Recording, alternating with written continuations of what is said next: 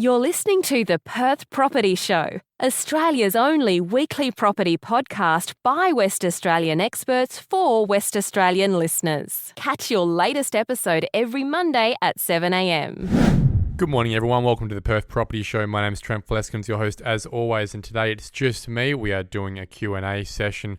These questions keep piling up and coming in a lot quicker than they used to, and I really appreciate everyone, as always, listening along and getting more involved as the months go on with all these fantastic and really interestingly more astute questions coming through. They get more detailed every single time, and that just shows hopefully that people are listening along, they're learning along the way as well. So thank you again, and to all those who haven't sent a question in, you can do so by emailing through via the website or at enquiries@perthpropertyshow.com.au. I'll get straight in, and today I've picked my 9 favourite questions that I think represent a lot of listeners' thoughts at the moment, and especially ones that I can add the most value to. And the first question is, Trent, I saw a recent article about the suburbs that are selling the fastest in Western Australia. Does this mean they've also got the best growth? And that question has come from Millie. Millie, that's a really good point, because you'd like to think that the suburbs that are selling the fastest are also the ones with the most demand against supply, and therefore, all else things being equal, suburb prices should be going up. And there is actually a really strong correlation between that. So you're on the right track there. For all those people listening along, the fastest suburb to sell in the last few months has been Inglewood, followed by Jundana, followed by Wembley, which is a mainstay, Kingsley, Myaree, Bedford, Heathridge, which is always in the top 10, Willetton, Palmyra and Woodlands. So a lot of those suburbs we see a lot in the top 10 with regards to fastest selling suburbs. And generally these are suburbs that, if they're not the highest growth, they've certainly got the most strength for long-term growth and also protecting against any falls in the future. And if you rattle through some of those suburbs, these really are those ones that saw minimal loss in the last 7 years. A lot of them actually held their ground in the most part, especially for those owner-occupied properties. And those are the properties that are selling the quickest. We're not talking about just suburbs, we're also talking about property types. The interesting thing to note about those suburbs is most of them are family suburbs, R20 suburb, or at least a very high concentration of R20 properties in them. And that obviously reflects the fact that the property type that is selling the fastest right now with the most demand is the owner-occupied property, that 4x2 with a big backyard. People were moving away from that over time. They're now moving back towards that due to the effects COVID has had on all of our lives. So Millie, really good question. I would say you're not too wrong when it comes to the correlation between speed of sale and growth, but it's not perfect in terms of this wouldn't be your top 10 list, but they would certainly be up there in the top 30, top 40. Thanks, Millie. Next question comes from Doug. So I have $400,000 saved and want to invest in property. In a rising market, would you buy one property with that money, or would you split that cash across maybe buying 3 properties and diversify your risk across those 3 properties?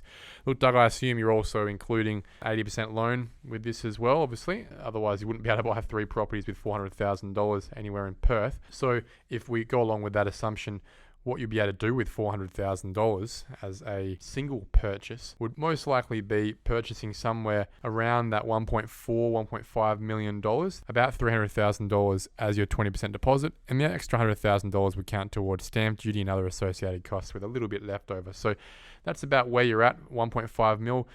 What you're buying for 1.5 mil is, to be honest, a lot of those suburbs we just spoke about in that top 10 fastest selling list. Somewhere like Wembley, definitely Jundana, Inglewood, Kingsley, you'd be able to buy 2 properties in Kingsley. Palmyra, you'd be getting a really great property in that suburb as well. And if I could flip it to the other side, you'd be looking at buying probably 3 properties worth $500,000 with a $100,000 deposit and about a $25,000 to $30,000 stamp duty cost on top of that. As long as you can get the loan for the rest of that cash, probably with proposed rental income, that's going to be able to buy you about 3 $500,000 properties. Now, that would be the question to ask. Would you buy one $1.5 million property or 3 $500,000 properties? And there's a couple of considerations here. Firstly, because of the way that stamp duty scales up, you're actually going to pay more for that $1.5 million stamp duty than 3 sets of $500,000. Not so much more that it would affect your decision, but it's something that you should keep in mind.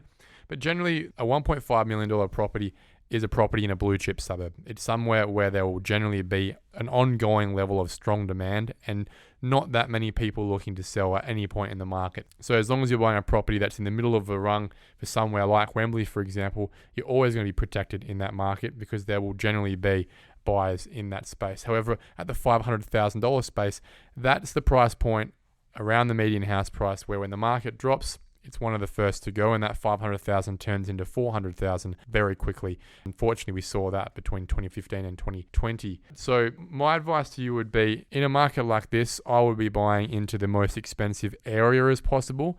And if I can find an owner-occupied property as well that possibly had future subdivision potential, just as a backup on intrinsic value, and that would be where I would go. Why?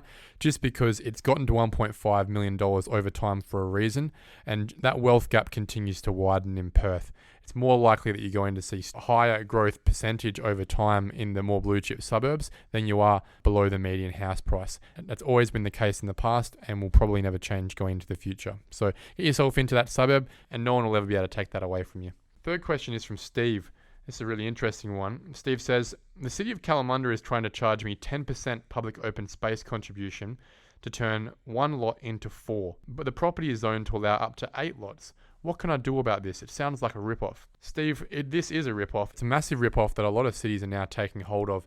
The reason they're allowed to do this is because the state government's designed control policies that came in the last couple of years essentially say that the cities can't recommend a public open space contribution of 10% of the land value unless you're developing 5 or more properties. Now, the only way that a city can recommend a public open space contribution underneath that amount is if they have a public open space strategy where they can demonstrate that maybe there's not enough green space, parks, reserves in that suburb, and that funds should be contributed by developers, even in brownfield sites, existing suburbs, to go towards keeping up those parks or buying properties to make new parks. Now, the ridiculous thing about it is, in most of these brownfield suburbs, we'll never go towards buying properties to create new parks. It will mainly go towards paying more staff in a general pool to possibly upkeep the existing parks in a better condition. What I would say about this is that this is something that on a state basis needs to change. Charging a 10% public open space contribution on a property that is worth $700,000 means that the city is charging a tax of $70,000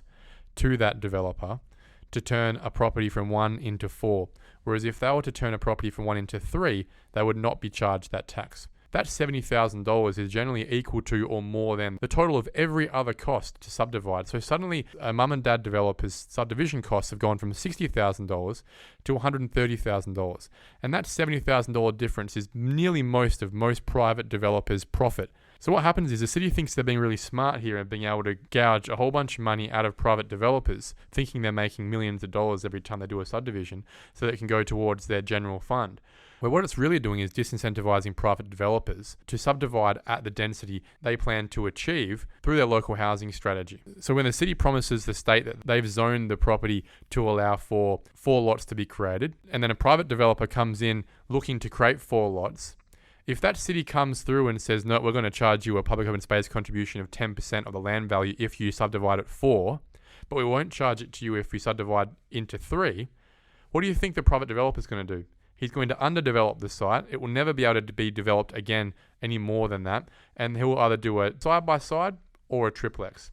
So the city and the state don't win. So this is a policy failure by the state government. It's something that I'm actually personally taking up to the West Australian Planning Commission at the moment, Steve, because it is something I'm quite passionate about.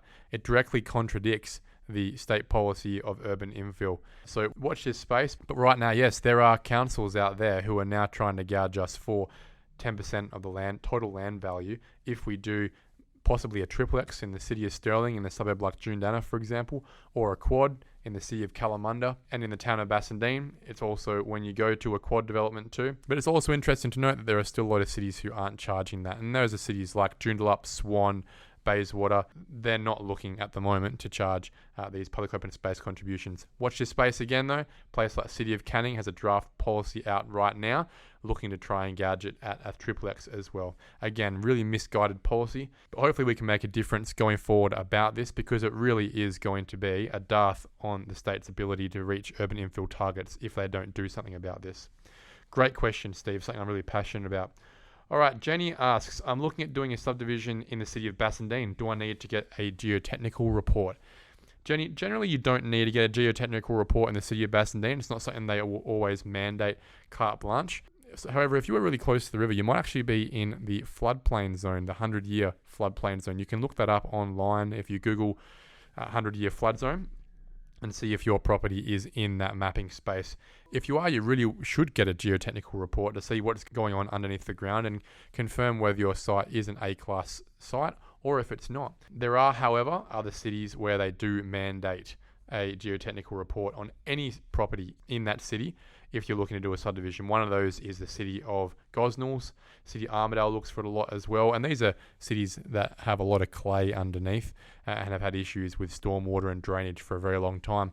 City of Kalamunda also has some issues there, especially up in High Wycombe, Kalamunda, where they are in the hills and again a lot of clay. So whilst in a lot of places where you're quite confident there is good Bassendean sand, good sandy site somewhere not close to the hills or not close to the river, you'll be pretty safe to not have to do a geotechnical report. It's often something you should actually look into.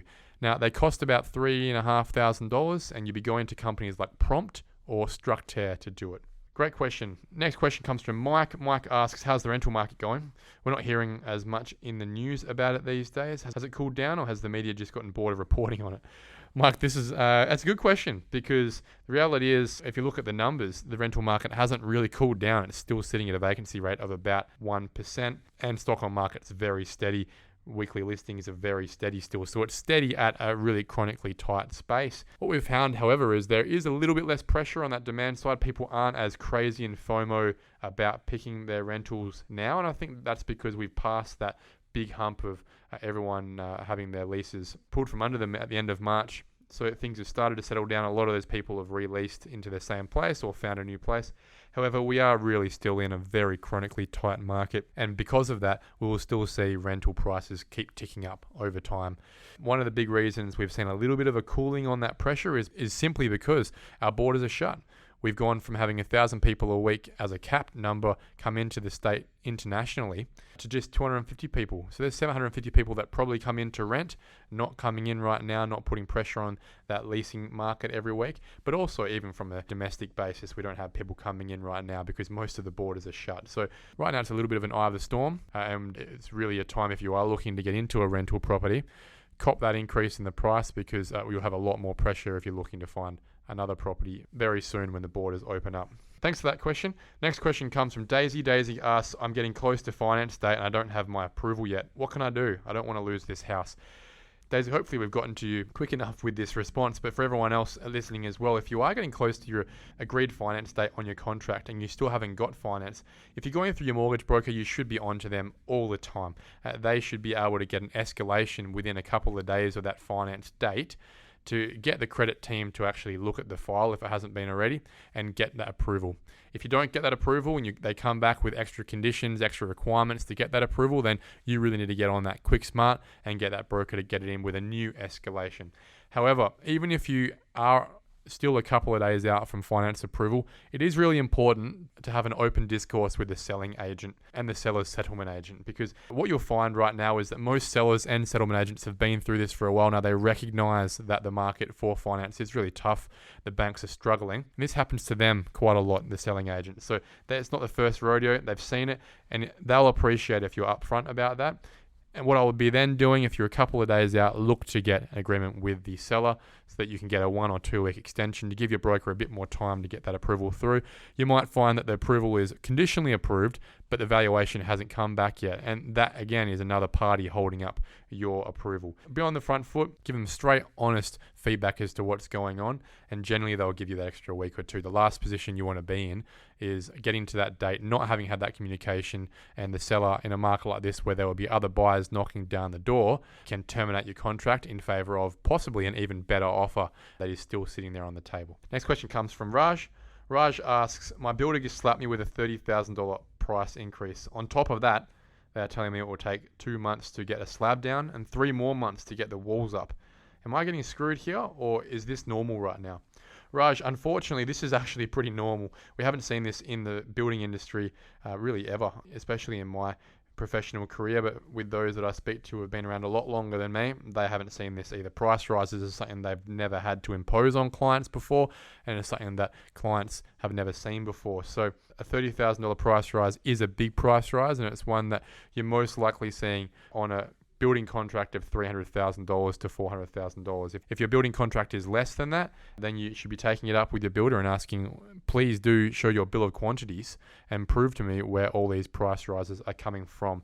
And that's what you can do. You can sit down with that builder, even if you are outside of your finance period, and have that conversation. The only way you can't be hit with a price increase is if you've already signed a contract that doesn't have that increase in it, and then you've gone and gotten finance within the agreed date, which is normally about 45 working days, 9 weeks from that contract date. However, generally, two things have happened in this market. One, you've either signed that contract really early back in December last year to get the grants, and then obviously it's taken a few months to get DA, and now at a stage where you can be ready to build. The builder most likely has the right there to charge an increase. Or you haven't signed the contract in that time frame. You've signed it in a reasonable time, which is about now. You're nearly ready to build. Everything's come through, and the builder has sent that contract through to you with a price increase.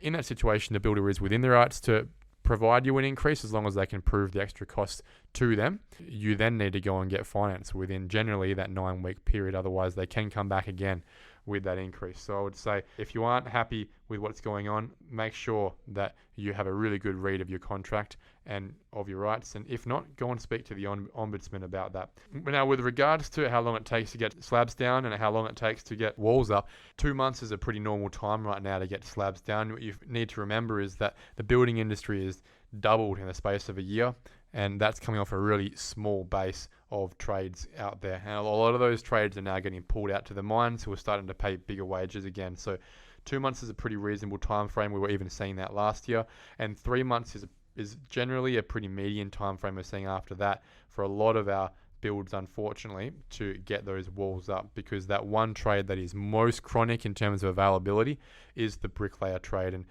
as you would know, they're charging some pretty exorbitant prices right now for their services, and unfortunately that is a reflection of the fact that there just aren't enough brickies in the state to do the work. Not having international or state borders open is the main reason that this has occurred, because generally when the building industry picks up, the state government will allow 457 visas to open up where new trades can come in to fill that gap. Unfortunately, it hasn't happened, and that's why prices have gone up and timeframes have also increased. So you're not getting screwed, but what I would say is make sure that you are onto your builder on a weekly basis to make sure you're not getting continually kicked down a line because you aren't the squeaky wheel. Next question comes from Davor. Davor asks, are the builders still open to new business? Is it even worth building right now? Davor, yeah, the builders are actually open to new business. A lot of them are. I would be looking at going to the mid and small tier builders who haven't had that massive influx of work that's come through just based on their marketing and their big brands. A lot of the guys I'm speaking to these days in that mid tier are actually getting a little bit quiet on the front end, because people who are going to build last year, this year, next year have all been sucked into last year as a bit of a vacuum because of the grants. So it's getting a bit quiet, and their front end of design and costing actually has quite a good bandwidth right now. So if you are looking to build, you've done your numbers and it stacks up, recognize that build prices have gone up about 15-20% versus the numbers last year. But if it works for you still, or you're building that family home and you're not that price sensitive, it's actually not a bad time to be getting some face time on the front end, at least, with regards to having that build designed really well. Now, when it comes to the actual build, you would have thought that if you're starting now, you're probably still about 7, 8, 9 months away from the construction side of things happening. And we would all hope that in 7, 8, 9 months time from now, the industry has leveled out just a little bit. It still will be overworked, it still will be overpriced, but hopefully nowhere near what it is right now, which is really a chronic problem. And finally, our last question for today, question number 9. Simon asks, building inspectors, are they worth it, and what do they cost? Simon, if there was ever a time where building inspectors were worth it, I would say it would be now. A lot of trades that are getting work right now, given the builders are so desperate, the worst trades available, the ones that wouldn't have been getting work even 9 months ago, and the attention to detail, the quality, it really just isn't there. And unfortunately, that ownership of their work isn't there with a lot of builds out there right now, and that means that you need to keep them accountable. Now, if you're not a licensed or registered builder, and you don't have the skills to pick the 1,000 things up in that house, and that's not an over-exaggeration, then you need to invest in a building inspector, someone who's got a great reputation, and someone who has seen this hundreds of times before. Now, they cost between $1,500 and $3,000 generally to do that, and I would be getting them in once before the roof tiles are on, and second at the end when you do your practical completion inspection. Now, is that $1,500 to $3,000 worth it? Well, I would say 100% it is. If you're doing a build that's $250,000, $300,000, $500,000, spend that little bit of money to have someone who is independent and has really experienced eyes come in and make that builder be accountable for their work and touch up every last bit that you may not have recognized, especially if it's a structural issue, then it definitely is worth it, and you should be doing it every day of the week. And that's across the market generally, but really specifically now when the trade base is so rushed, and also we're dipping at the bottom of the barrel for trades right now too. So that's a really great question to finish on.